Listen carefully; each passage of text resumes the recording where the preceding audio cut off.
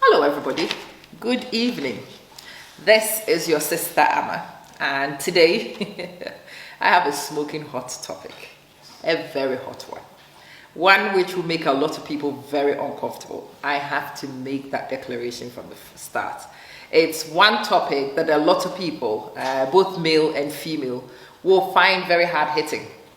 It is important that we all understand this from the beginning. Today I would like to discuss a topic, the topic of marriage material. In Africa, amongst the communities, definitely on the West African coast, it's a concept. People rate women on whether they are marriage material or not. And the concept of marriage material has put a lot of women in very, very tough positions. Women are raised to be able to be wife material. They are raised to be supporters for men. They are taught to be good cooks so they can cook for their husbands. They are taught to be homekeepers and to be hostesses for their husbands. Their entire lives is actually preparing them for them to become a wife material so they can become somebody's wife. This makes the woman's life center around being a wife. So many women will feel that they have failed if they don't get married or if they don't remain married.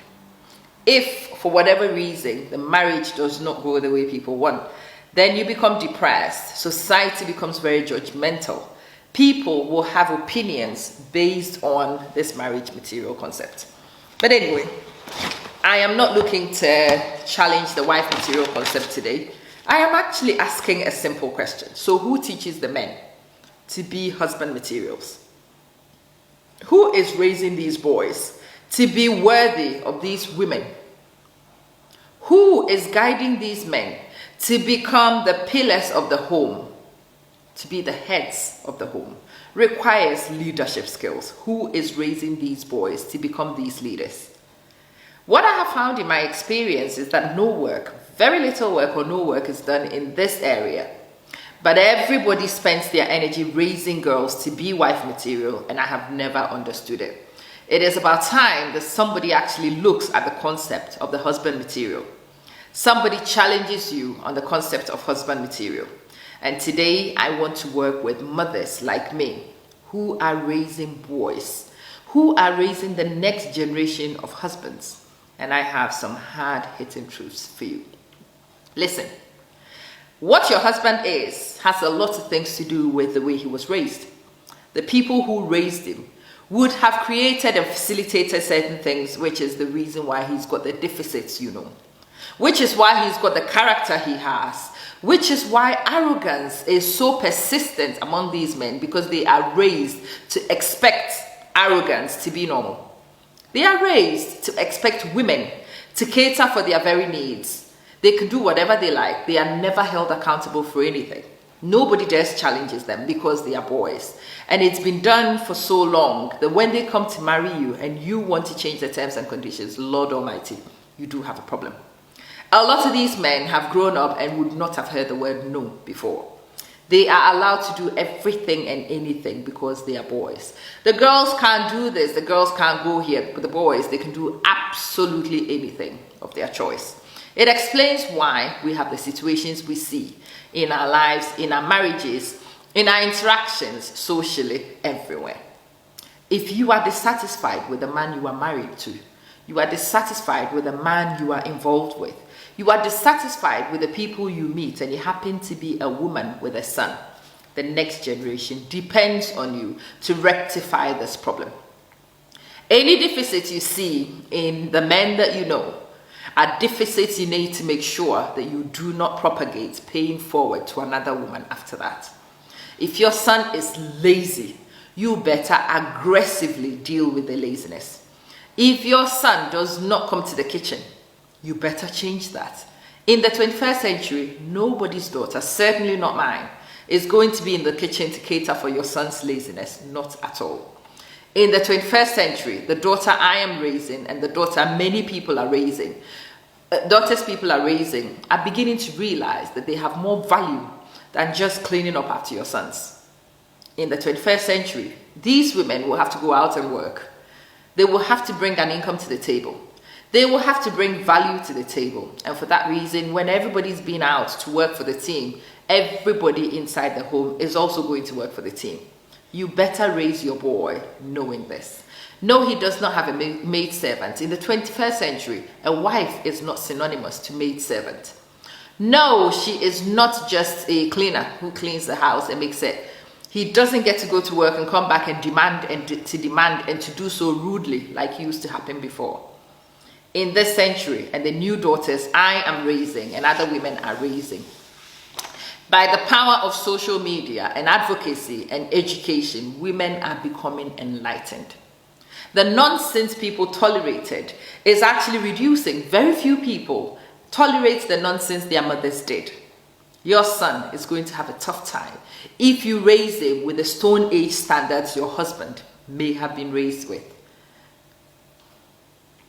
Let me pause for a few seconds and let that hit. Many of our men were raised with Stone Age standards. Those standards survived for much longer than they should have done, but they did.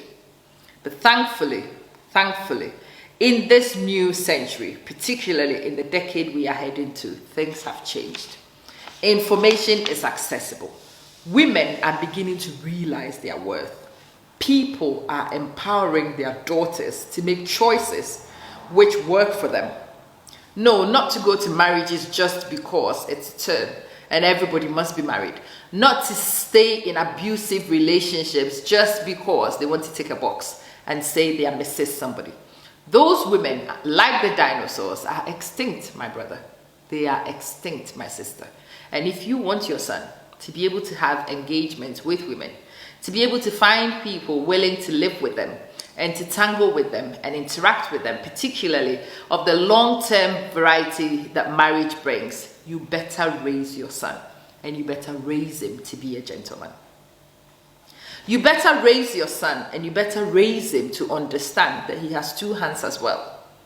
That he is capable of cleaning. He is capable of warming. He is capable of cooking. He is capable of doing everything the woman does. After all, men are supposed to be smarter than women. Not so. If women can cook, why can't you? If women can clean, why can't you? You see the irony of all the things that we propagate. Women are not so smart, but they are the only ones who can cook. Really? Very interesting. My dear, get that son of yours in the kitchen. Get him there quickly. Don't foolishly think asking your daughter to cater to your son is helping him in any way. Your daughter will not be there. He will be on his own. You better allow him opportunities to be able to learn how to cook, to be able to learn how to manage, to be able to learn how to offer meaningful support to a hard-working woman when he finds one. In this century, marriage and the terms of engagement have changed. And if you want your son to have any chance of living with somebody's daughter and living meaningfully with them for extended periods of time, you have to educate them, drag them from the Stone Ages and bring them into the modern century. In this modern century, women require gentlemen. Gentlemen need to know how to speak to people respectfully. Gentlemen need to be raised to become leaders. People who understand their responsibility as leaders, not just their rights. You do have rights as a leader, but you do have many responsibilities too. And unfortunately, in most communities, the boys were not told that. They were only told about their rights to get warm food whenever they want, their rights to be able to do whatever they like without somebody challenging them, their rights to have a clean house, blah, de blah, de blah. But the responsibility to make sure that happens was not taught. The responsibility to somebody who you've selected to be with. The responsibility of making sure that you do not expose them to illnesses because you do not know how to respect yourself. Being sexually selective is a responsibility which was not taught to a lot of boys. And so you find people making irresponsible choices. Irresponsible choices that make them susceptible to diseases. ones that they will bring home and infect their spouses with. You know, women now are beginning to become aware of these things. People are making choices based on their own health. People will no longer allow society to force them to stay in stupid relationships just because you want to tick a box. So teach your son. Teach your son so he is a viable, credible option for a woman who wants a gentleman to live with. Teach your son that marriage is a partnership. No, there is not a superior person and an inferior person in a marriage. Everybody's role is meaningful. Thank you very much. And you know what? In this century, you can read, so can women do. You have qualifications. Women hold very powerful qualifications as well. You have experiences. Well, you're not the only one anymore. So I am the breadwinner. I am the one who works. That was lost a long time ago. Many men did not realize when that power shift happened. But it did happen. Women are able to do a lot of the things that men used to brag with. Women now hold businesses alongside working, so they have multiple streams of income now. Women are powerfully positioned financially, and they no longer need to depend on a man. So if you raise your son on having a bit of money, so he can be superior, so he can wield money and attract women who are helpless, your son is going to be in trouble. He is not going to find those women because there are not that many of them around, and very few of them will survive going forward. So if you want your son to be able to engage, if you want your son to be able to find people who want to live with him, you need to raise him with a different set of standards. For me, any deficit that I see, I want to make sure that I fix in my son. Anything that frustrated me in my interactions with other people's sons guides me to make sure that those deficits are not present in mine. I teach him to keep his hands to himself. Thank you very much. He is not even allowed to hit his sister, and if he does, woe unto him. Because my son, he better learns not to hit a girl. He better learns not to hit a girl. And I am so aggressive in making sure that this lesson embeds. If he finds a woman, he is going to be her partner, not her dad. He is not in a corrective position, not at all. The best he is a partner, a guide, somebody who suggests and recommends, but you do not force down anything. And my son needs to be very clear of his position in this young lady's life. He needs to understand that he is actually very lucky to find this woman who wants to stay, who wants to be with him, who wants to build a life, and he needs to learn to be grateful and to exhibit gratitude. That he is not a caveman. He will have to learn to be affectionate to this lady. And it's my job as his mother to teach him to be affectionate. When his behavior is unsuitable, it is my job to make sure that I teach him, no, you don't do that with a girl. No. If you do that with a girl, you never find one. I have to teach him. I have to teach him how to respect himself and to comport himself even when he's excited about something beautiful. I need to teach him that he gets to choose, but he gets to choose one. So he needs to choose carefully. And once he's chosen, then responsibility says that he commits to that choice. And he focuses on that choice. And he develops that choice. He doesn't wander everywhere and come complaining. It is my job to teach my son. Dear sister, mother of the next generation, do you understand the job at hand? Do you appreciate the hard work it would take to change the rhetoric for our daughters and the next generation of girls to come? Whatever we've lived with, which has caused us pain, should never cause our daughters the same pain. And the only way to make sure that doesn't happen is for me to commit to raising my son the right way, and for you to do the same. So that when your daughter meets my son, her life is made better because of my work.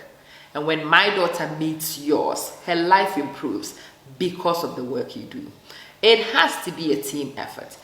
Every single one of us will have to be on board, because otherwise some young ladies will still be shortchanged in this century, and that is sacrilegious. Sacrilegious. This is the introduction to a topic. We will be discussing that extensively. I don't want to make the intro too long. Do you understand what it takes to raise a responsible young man? Do you understand what it takes to raise an equal partner for a 21st century girl? Do you know what it takes to be able to help your son attract very intelligent girls, ones who will help him to become better and to sustain that attraction? Have you found out what you need to do? I hope this video has given you some ideas, but my good God, it is only a few ideas. We have more to discuss. Thank you so much for watching. Really appreciate it. Subscribe to the page, follow the channel so you can see the continuation of the video. Good night.